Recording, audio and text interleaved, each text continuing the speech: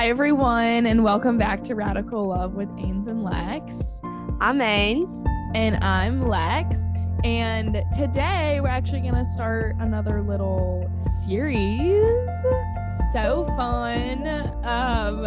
Again, I was going through my Bible study, and this topic really, stood out to me. And Ains, she was so right when she said one episode wouldn't do it justice. So we're doing the Sermon on the Mount. Woohoo! But today we're only going to do verses 1 through 5. So we're taking it bit by bit, really diving into each part. Yes, definitely. When I started doing the study, because y'all, I have not, full transparency, humility here. I don't know much about the Bible, yada, yada. Totally valid. So even like in school when we would learn about the Sermon on the Mount, I think we just did like a really quick overview, but when I was going through reading it, like in the Bible, it breaks it up into subcategories. So we're going to look at the different little categories within it over the next few weeks. Yeah. I think not knowing a lot about the Bible is pretty fair. I mean, that's how I am too. Like in my New Testament class, people be like, oh, this passage connects to this and this. And I'm like, oh, I don't know if I have the knowledge to like make connections. So it's definitely kind of scary to be like, this is a really big book. It is. There's a lot to learn here. Yeah. That's also like typical Catholics, like true. It is true. Catholic problem.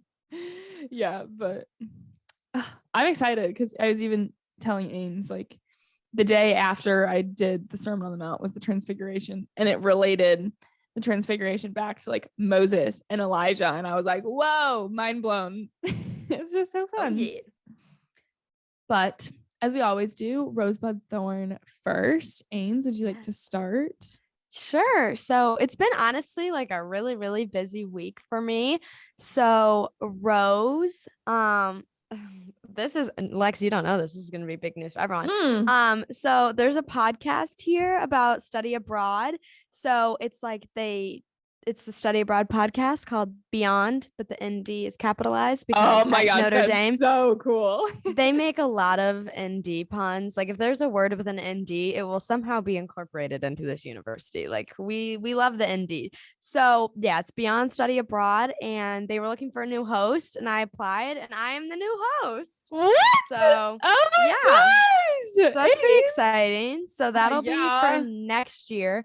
So I now will be just like, I don't know, making so much money. Hopefully if I get to do dialogue again. Oh my gosh. The podcast. Yeah. So I'm really excited. It seems fun. So it won't be a lot of like me talking. It'll be mostly me interviewing people who have gone abroad, but I'm really excited. So that was exciting. And I found that out on Monday, I think. And I was supposed to find out at the end of last week. So I was like, oh, I probably didn't get it if I haven't heard back. Gosh. So it was really exciting. That is so cool. And can you do it while you're studying abroad? Because you're going, oh, wow. That's so perfect. So I'll be like interviewing people when they're abroad. And so when I'm abroad, like I'll already have been used to kind of dealing with the time change and not just being like, oh, let's meet up in the student center. It's going to be virtual anyways. Okay. It was really funny though, because with Rad Love, obviously we do this every week, but I don't feel like an expert. But when they were like asking me stuff, I knew that, I don't know, it was kind of fun. Like I knew what I was. They were like, oh, like, what do you use to record? And I was like, oh, like nothing crazy. We used to use Anchor, then we moved to Clean Feed, but now we do Zoom because Spotify released like the visual feature. And I was like, okay, not complicated, but I felt kind of like I sounded smart. So I was like, okay. That's so fun. It's one of those things where it's not complicated at all, but I sounded like I knew what I was talking about. So that was fun. And then also I've been reading for class, like not on my own time. I don't want to toot my horn in a false way, but we've been reading the Confessions by Augustine, and they are really good. Like it's just a really, really good book. It's a little hard to read it quickly because it's very dense. Which I told the professor, I was like, we did too much in too little time. Like we didn't do it justice. But yeah, it's been really, really good. It's difficult to write like truth in such a genuine and clear way because like writing about what you feel, at least for me, like I have thoughts and there's a lot going on, but properly articulating that and like getting my point across is really difficult. So it's just a really, really well written book. I mean, obviously Augustine is like a very strong rhetor. But yeah, it's been really good. And now our assignment is to like write our own. So that's been really difficult. I mean, it's like 2,000 words, so not like an entire book, but it's just difficult to write in that new style, but good. Thorn, yeah, just like really busy. Especially like onboarding starts today for the podcast. So well, that was a quick turnaround. Like, yeah, for real, right? So like just a lot going on. And then we're choosing the new dialogue leader. So I have a big meeting for that today, trying to figure out if I'm going to take a summer class or like submit some applications for things. Just like a lot of not school work, which is always adding to the plate. And then, of course, near the end of the semester, lots of schoolwork. So just kind of high stress right now, but just there's a lot to do. And then I forget, and then I'm like, oh yeah, I also have that to do. I'm like, but it's good. I feel fine. Like we're all good. And then, but this is a good one.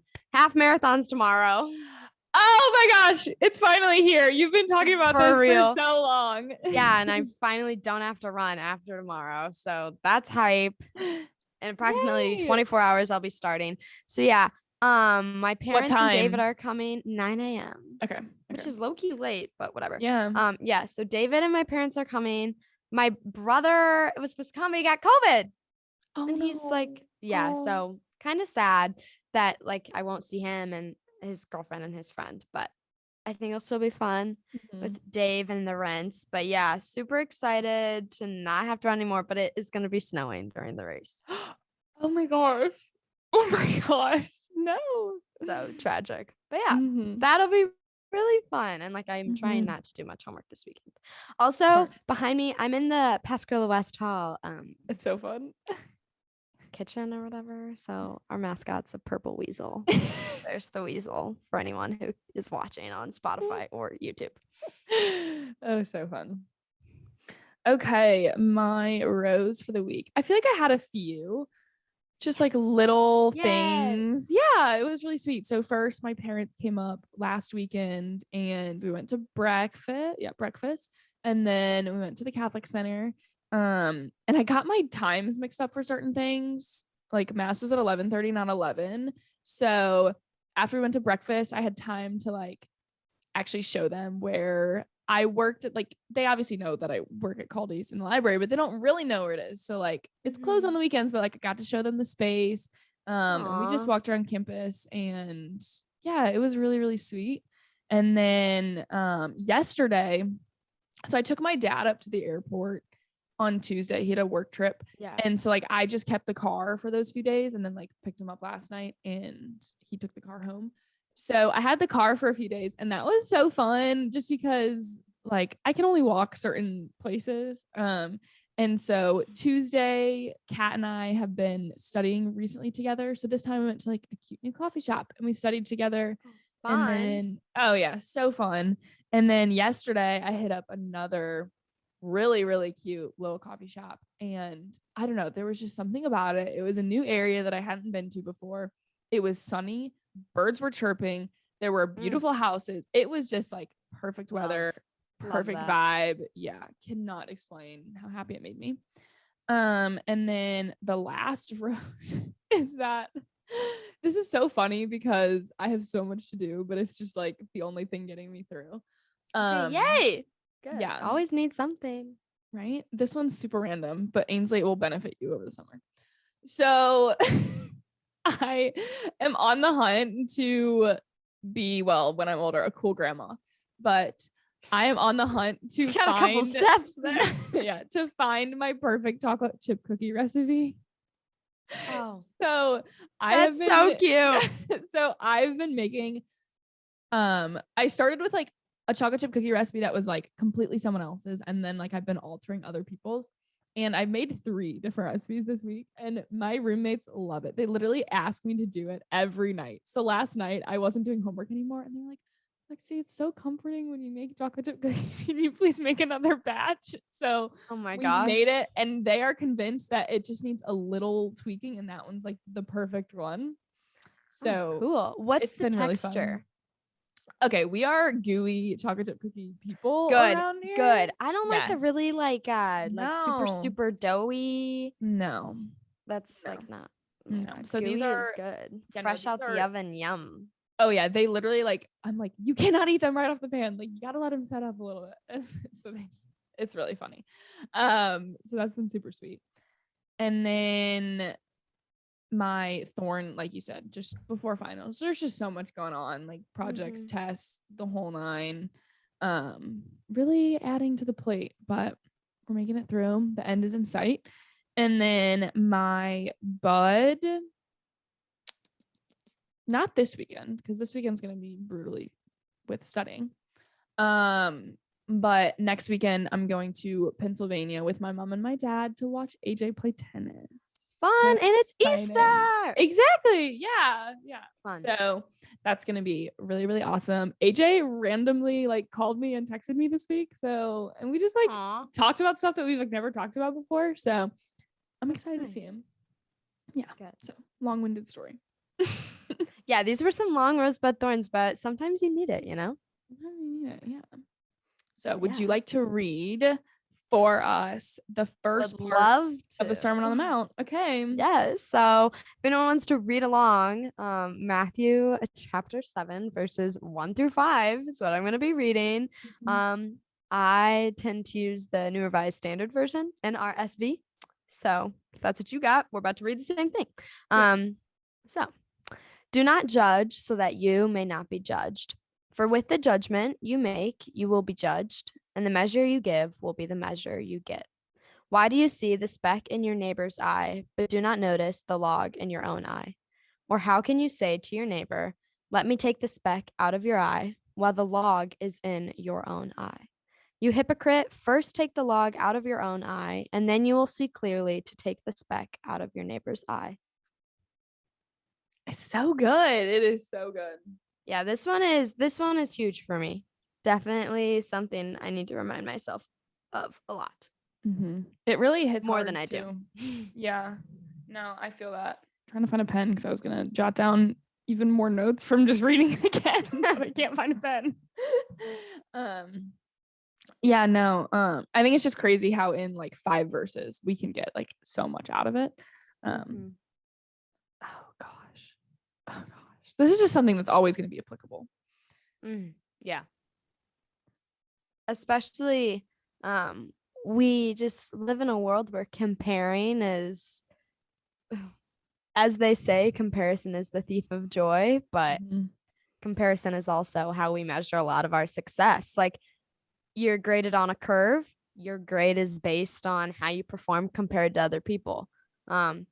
You get a position because compared to other people, you're the one they want. Like a lot of it really is comparing, weighing the pros and cons. And I think that really can foster a negatively competitive environment, especially in college. I'm really lucky with what I'm studying. I'm the only person with my exact schedule. I'm the only person taking like all the same classes that I am. And normally my things aren't graded on a curve. They're just graded. So I'm really fortunate, but I know at least here, the business school, it's graded like on a perfect curve. And so if you get like a 96 in the class, you could end up with like an A- or a B+ or something. Oh, absolutely not. If everyone does well. And so I've never met anyone who's done this, but there are like horror stories of people giving out study guides that have wrong information because you want it, like you leave the room being like, oh, I did poorly. I hope everyone did worse. And the rough part is like, you want to be like, oh, that's so horrible. How could someone do that? But they're kind of, they obviously, have to do it. It is horrible and you shouldn't do that. But you're kind of put in a position where you feel like that's maybe the only way you can succeed, which is really sad because obviously it's not. But it can feel that way if you're like, in a desperate situation. So yeah, I think it's really easy to get competitive, and instead of using that just in any situation when you're focused on like success and progressing forward, whether that's work or school or sports or whatever, easy to get competitive. And instead of using that to like fuel myself and to be like, okay, I'm going to be competing against myself and I'm going to be like working really hard and being like, they're better than me, I want to get to that level. Instead, it becomes, at least for me, this is something I've done so many times, is being like kind of weighed like, oh, they're better at this, but I'm better at this, and they're better at this, but I'm better at these two things. So all in all, I come out on top. Or they're a little bit better than me at this, but I'm a lot better than them at that. Therefore, I, once again, am coming out on top. And it's just totally focused on like what other people can do poorly that I can do better, rather than trying to get better for my own sake. So that I think is really big for this, at least for me, and kind of in the environment we're in now. Yeah, I agree. I'm really glad Tech's business school is not like that, because that would just be such a toxic environment. And one of the things that like, so Georgia Tech's business school is called like Scheller College of Business. So we just say like Scheller. And Scheller really like prides itself on being like a good, like happier environment, because compared to the rest of tech where everyone is like really competing, and even if you're not technically competing, I know like with pre-med, everyone's like, well, I need the best score for the MCAT. So like, and just to like get into school. So there's like a lot of competition that goes in there.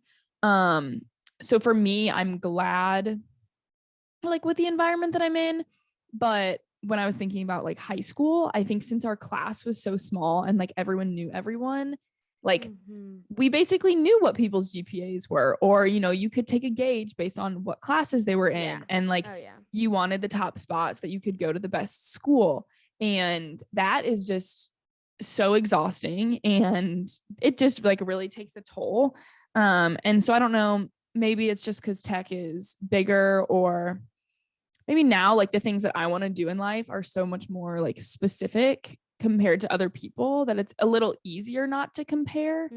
But I really feel like when I was like at my worst with comparison, I realized, like, as you were saying, like it was when I was like fighting to be the best in things that I didn't even care about anymore. You know, like with school, if you were just like fighting to get the best grade in this, but like now that I think about it, like certain things, like those weren't going to matter to anything I did in life, but I was just doing it because I wanted to be like all around the best. And like that didn't matter. Whereas now, like I've gotten a C in a calc class and it's not going to matter for the rest of like what I do. And like, yeah, if I'm comparing to other people at tech, like I am not the smartest here. And like before that, like would really wreck me and like my mental state. But I don't know, I've learned that I can't be super, like it's just too exhausting if I got myself roped back into it. Like I know that it like would not be good for me. But I guess it also does come from a place of where like I know what my internships look like and stuff like that. So there is like a little more security in that, because I feel like when you don't have that long-term security is when you really compare yourself the most. Yeah. I think too, like for me right now, it's difficult because I talk to people and they're like, oh, the grade you get on this doesn't really matter. And like technically I know in the grand scheme of things, it doesn't really matter. But law schools are crazy. And see, yeah, you have the law school. Like I don't have that. Yeah. So like when I'm looking at, you know, 50th, 75th percentile GPAs and LSAT scores, I'm like, oh, well, I'm definitely okay. Well, as most people would probably guess, probably not going to go to a top 14 law school. I mean, there's like, that's just not, you know, probably going to happen unless I'm really good at the LSAT, then, you know, we'll reconsider. But just thinking like, okay, so I'm just going to go to like this school or that school. And it's just, it does matter. And like, that's the thing that's really tough for me is I'm like, okay, so this teacher is like a more difficult grader, which is nice and everything, but like, how about I don't get a B? Like, how about we don't do that, please? Ha ha ha. But I don't want to take classes that are easy. I don't want to like sign up for something just because it's easy. And honestly, something I feel like I've really been missing is like harsh criticism, especially in my writing. I'm like, I know it's not that good and I don't get like perfect grades, but I want someone to like chew me up and spit me back out so I can actually improve. But then when it actually happens, I'm like, okay, but like, can I get an A still? That please? sucks. Yeah. So yeah, I think that's just, I think it's really difficult in school, sports, and work to not compare yourself because it's so common. And for me, honestly, like, kind of surprised I started on that tangent because the biggest thing for me with this passage is gossip. I have realized recently I am a horrible gossip. I really am. It's something like I don't know how I didn't know for a long time, but it just brings so much negativity because I love like drama. Okay. I don't really It's ever fun to have be on my the own outside of drama. drama. Yeah. Right. I don't ever have my own, but like I love dramatic books, movies. I just really love when I'm like, oh, what's gonna happen next? And I've gotten to kind of have that attitude, not just about like fictional, like romantic movies, but about people in my own life. And I've just really realized it's a huge negative influence on me. And it really like actually brings me down because I just am like, oh, what happened with this person? You have any updates? Like, there's one situation I'm thinking of and like specifically, and then this person's like, oh no, like I haven't really talked to them. I'm like, oh, why not? Like I want to know. And I don't know, I just had a moment and I was like, why do I care? Like they're doing okay, obviously I've been really vague about the situation, so no one's really gonna know, but I genuinely think this person is making like, they're just acting stupid. And so that's why I'm invested, is because I'm like, someone needs to like talk to this person and like whip them into shape. But it's like not my role because I don't even know them that well. Like there's no way I'm going to be that person to have that conversation. But I'm like so invested because they're screwing up. Like if they were having like a happy little story, I wouldn't care. And that also was in the Confessions. Augustine was talking about that. Like, really? Whoa. How, well, not something exactly like that, but kind of a similar theme of how he was reading. Is Dido? Okay, he was reading, I think it's in the Aeneid. I'm feeling a little embarrassed right now because I don't know my ancient epics. Okay, anyways, so I really don't know, so it doesn't matter. I read this story though, but like Dido, anyone who knows the story, or anyways, I'm pretty sure it's in the Aeneid. This is so irrelevant, but it was talking about him like crying at that story but not being able to like look at himself and like feel pity for himself, which sounds weird because you shouldn't pity yourself, but more like he's looking at this and crying, but he's like the most pathetic character in the story. Wow. And I have just realized I need to not gossip. So yeah, but it's a tough cycle to like fall into. No, it reminded me of like, there was a story that I was going to bring up and it reminded me like of a lot more like parts to the story when you were talking. Again, like similar situation, like the way my friendships are at tech is like, I have friends from a bunch of different groups, just like I did in high school. And so like, I feel like I'm blessed because I don't get roped into the drama. Right. Not having a about the drama is key there. Yeah, for sure. Yeah. But again, like it was literally yesterday where I had to be like, again, I was like, whoa, Lex, like you are way too sucked into this and like way too invested with what's going on. And it's like a lot of our friends are going through a lot of these issues and, you know, there's a lot of drama surrounding it. And it's so easy on the outside to get caught up into it because you can give advice to people, but like you're not invested. So like if you give advice, you don't feel like the same burden of like having to make like hard decisions. And like it's just a vicious cycle, but also like because it's like one of the temptations that we have, it's like so easy to like go back to it. Like it's hard to like completely stay clear of drama. Like that is just like objectively very difficult in our world. But yeah, yesterday I asked one of my roommates a question. I was like, oh, so what's going on? Like, what happened since last night of the story? You know, like what am I missing? And like the fact that I am like trying to feed off of that, not good. Yeah. Especially, yeah. I think the hard part is with everything that you do where you're like, is this bad or is this good? Like the intention matters so much. So say I was asking my friend about drama that's going on in their life because I care about them. I can tell they want to vent. I can tell they need to talk about it, or I want to know how to best support them. That's fine. Ask about what's going on. If they don't want to talk about it, don't make them. But like, yeah, show some care. But am I asking about them or am I asking about like their friend or like their friend's girlfriend, their friend, like going all the way down this huge stretch to hear this drama and be like, these people are idiots. Why are they acting this way? Because I'll be real, like when I gossip, I'm not telling happy stories. Like, obviously, right? I'm not saying oh, this person did great on their test or their love life is perfect or their friendships are blooming and blossoming. No, I'm like, oh my gosh, they made this stupid mistake. They're doing all of these really, and like, I'm just looking at them and judging so harshly and not taking any sort of self-reflection. And I'm not listening because I care. I'm listening because I feed off the negativity. Like you were saying, like I'm totally feeding off of it. Yeah. And it, like, even with this passage where it's like, look at your own self, I think the more that we gossip, the easier it is to like numb away all of the things that like we're doing. And I mean, that reigns true for like a lot of sins. Like you do it once, you feel remorse. If you do it again, like it starts to just like not faze you. So when we're gossiping, you know, the first time you may be like, oh, I feel like a little guilty, like because I've done this, and this. And then eventually you're going to separate it out to be like, I gossip and it has no effect on anything I've done, you know, the last week.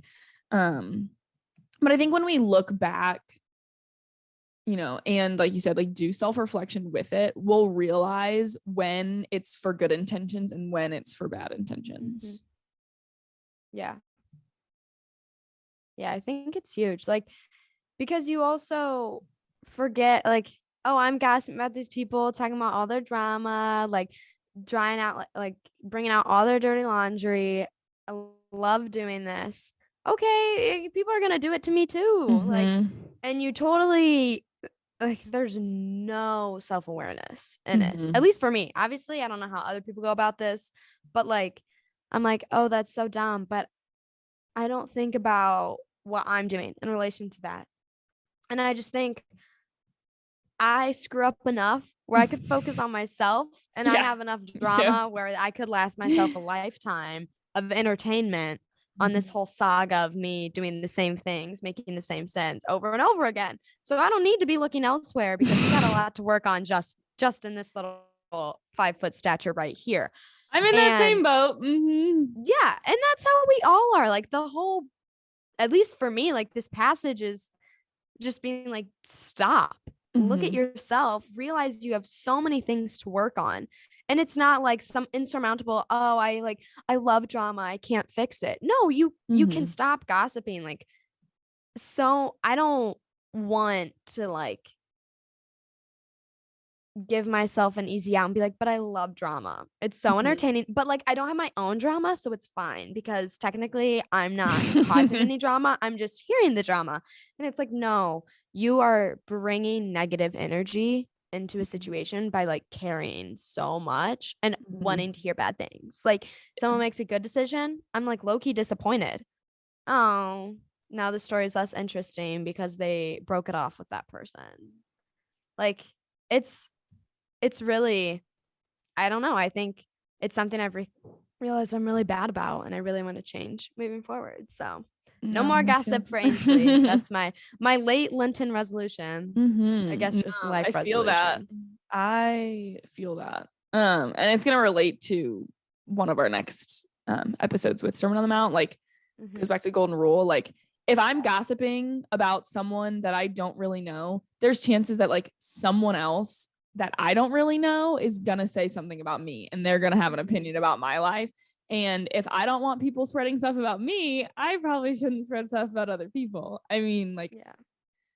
you know, and when we really like say it that way, it's like, oh, well, duh. But, you know, we don't think about that in the moment. So it's crazy. And I'm just like, I've seen my close friends stabbed in the back on multiple occasions. And it's just like, if someone else is feeling that way by like me gossiping, I like, by seeing my friends be so hurt, like I don't want to do that to someone else. Like that is just not a feeling I want to live with. That is not something like, that's not something that I want to make.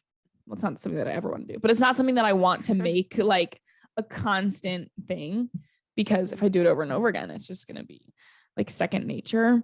Just want to be a good person. Yeah, for sure. I think too, like when you were saying like people are gonna gossip about me, whenever I think about someone talking about me, I'm like, their life must be so boring if Ainsley right, like Riverd that's is what the I name that think comes up. too. But like some of these things are going to be, other people would think are irrelevant, and I'm over here talking about them. Exactly. That's like when I thought that, I was like, oh, like someone, their life's got to be so boring and pathetic if they're talking about me. And I was like, okay, girl, then your life is so boring and pathetic if you're talking about all these other people. Like, I definitely just need to like flip the narrative and be like, what are you doing? I think at the end too, so to like end my self-bashing for a moment here, obviously this passage is a major call out, right? And then at the end of verse 5, it's saying, first take the log out of your own eye, and then you will see clearly to take the speck out of your neighbor's eye. So the call at the end isn't just fix yourself. It's fix yourself so you can help other people too. Wow. And I think like it's a really strong way to conclude it, because gossip is so selfish. It is so focused on myself and my own entertainment and what I'm going to get out of this story. But the end of this passage isn't. It's focused on bettering myself to like help the people around me be better too, and to focus on taking, you know, help yourself first so that you can be a better help for other people. So it totally switches from being self-focused to working on yourself for the sake of other people. I really like that. I really, really, really like that. Wow. No. It's so true. And it's said like other places in the Bible also, like we can't help others until like we've really, really looked at ourselves. People say it about love too. You can't love until you love yourself. Yeah. But no, I agree. My last thing on this topic, because I felt like it really related back, was the book study that my aunt and I did, and it was talking about how like Jesus is the final judge. Like we have no place to dole out our own justice. So it goes to here too, like especially if I am a sinful person, there is no way I can be, you know, talking to other people behind their back, because I'm not perfect. So it's tricky, but I love we're called to help, and see, there's a good thing that comes to the end of the passage. Yeah. I think gossip is one of those temptations that kind of isn't talked about so much, at least where I'm hearing things like the big things that are like, oh, are you falling into temptation? It's about like partying and excessive drinking or sex. And those are like big ones for college students, but I feel like some get slept on, such as gossiping. Because it's so easy, and it really is like you'll get the entertainment out of it. Like you want to be immersed into this story and relish on the bad things that are happening to people, you'll be able to. It's just a matter of like saying no and trying to have more positive intentions for people and a more positive focus on like how I'm interpreting things and listening to people. Yeah, definitely. And just like who you surround yourself with will either make it easier or make it very difficult to stay away from it. That's really huge. With all of the things I just mentioned that are big for college students. But absolutely with this. Like I have friends who I have never heard them gossip at all. And then I have people who like that's their thing. Yeah. Like I don't know how to phrase it. than like shit talking, but that's like a Yeah. core thing. Yeah. Yeah. It's so hard. It's hard because it just ropes you in, like literally at its core. Yeah. Surround yourself with good people, y'all. Do it. And it's tough too, because like this is one, like at least okay, well, let's take the partying example. It's really easy to be like, these people party, these people don't. What do I want to do? Here's where I fall on the spectrum. But like gossip is not okay. Also with partying, I'm gonna say like in college, it's not as split as it was in high school. Like I party or I don't party, but it is a more distinct thing than gossip because everyone has drama, everyone has feelings, everyone gets angry and wants to vent in like a not constructive manner. So gossip, I think, is really easy to fall into because it just penetrates everywhere. So you really have to be on guard, you know? I love it. I love it. Ains, do you have anything else to leave us with today? Not really. Just, first take the log out of your own eye, and then you will see clearly to take the speck out of your neighbor's eye. Log versus speck. That is good too. Okay, bringing all the wisdom. I love it. Okay, well, thank you all so much for listening. Tune in to hear the rest of it because it's gonna be so good. The Bible brings so much. It really does. All right. We'll see y'all in the next one.